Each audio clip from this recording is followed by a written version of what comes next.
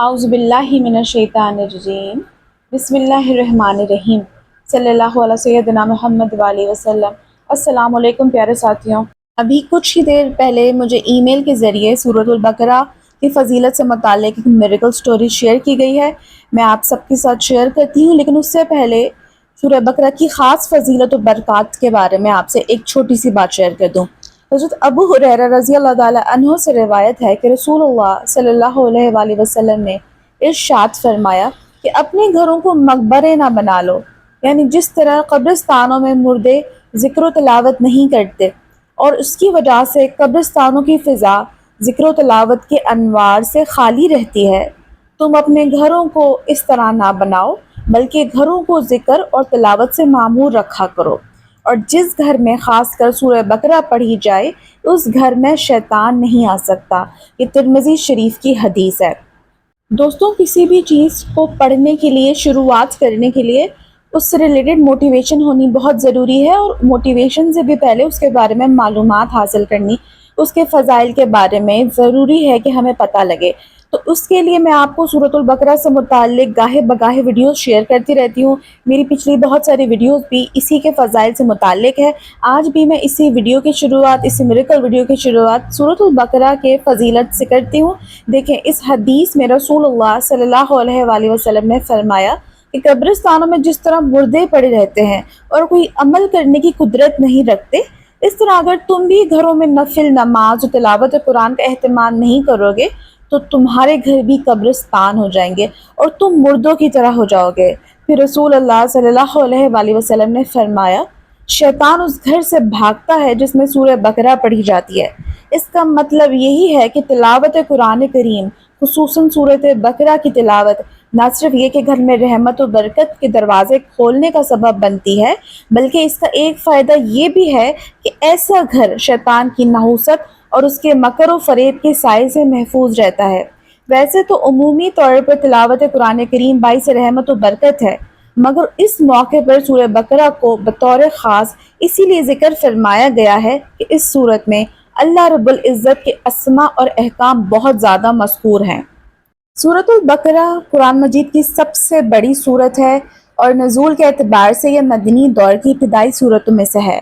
सूरह बकरा को सनामुल कुरान और ज़रतुल कुरान भी कहा जाता है। सनाम और ज़रा हर चीज़ के अफजल और आला हिस्से को कहते हैं। बाज़ उलमा के नज़दीक सूरह बकरा में 1000 अमर, 1000 नहीं, 1000 हिकमतें, 1000 ख़बर और कसस हैं। इस्लाम के बुनियादी उसूल व अक़ायद और अहकाम शरीयत का जितना तफसीली बयान इस सूरत में किया गया है, इतना कुरान मजीद की किसी दूसरी सूरत में नहीं किया गया। गालिबन इसी खुसूसियत की वजह से इसको कुरान मजीद की सबसे मुक़द्दम सूरत कहा गया है, और गालिबन इसी इम्तियाज़ की वजह से इसको हदीस में सनामुल कुरान कहा गया है। इस सूरत के शुरू में ईमान के बुनियादी उसूल, तौहीद, रिसालत और आखिरत को तफसील से, और सूरत के दरमियान में हर शोबे ज़िंदगी यानी इबादत, मामलात, मुआशरत, इखलाक और इस्लाह, ज़ाहिर और बातिन के बुनियादी उसूल और उसके मुतालिक हिदायत, और सूरत के आखिरी हिस्से में ईमान मुफस्सल बयान किए गए हैं। मज़ामीन और मसाइल के एतबार से इस सूरत को एक ख़ास इम्तियाज़ और दर्जा हासिल है। इसका अंदाज़ा इससे लगाया जा सकता है कि हज़रत उमर फ़ारूक रज़ी अल्लाह ताला अन्हु जैसी शख्सियत ने भी सूरह बकरा को तफसीर के साथ पढ़ा तो इसकी तालीम में 12 साल लगे। सुबहान अल्लाह। हज़रत अब्दुल्ला बिन उमर रज़ी अल्लाह ताला अन्हु ने ये सूरत 8 साल में पढ़ी। अल्लाह ताला हम सब को कसरत के साथ कुरान मजीद की तिलावत की, उसको समझने की और उस पर अमल पैरा होने की तौफीक अता फरमाए। आमीन सुम्मा आमीन। अब चलते हैं आज की मिरेकल स्टोरी की तरफ, जो कि सूरतुल बकरा से मुताल्लिक है। एक बहन ने सऊदीया से अपना वाक़या भेजा है।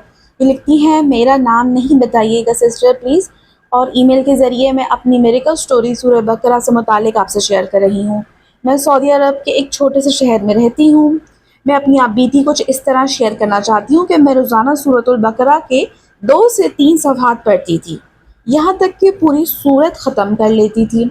जब सूरत एक बार ख़त्म हो जाती थी फिर दोबारा पढ़ती थी, रोज़ 2 से 3 सफ़हात, और इसी तरह मुकम्मल कर लेती थी जितने भी दिन में मुकम्मल होती थी।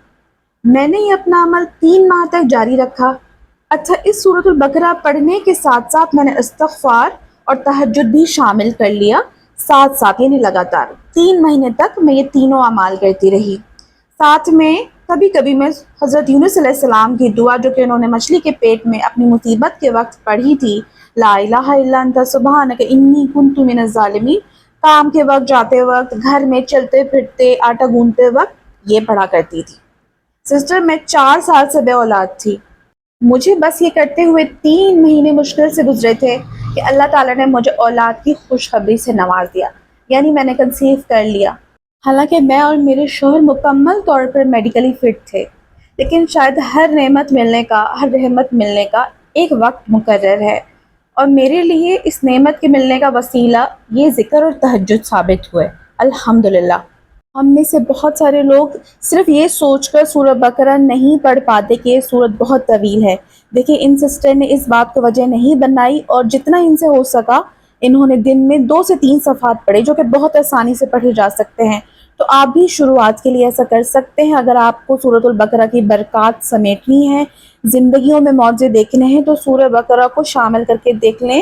یہ سورت بہت ہی کمال کی طاقتور سورت ہے۔ آپ یقین سے پڑھیں گے، آپ کا کام ضرور ہوگا اللہ کی منشا سے انشاءاللہ تعالی۔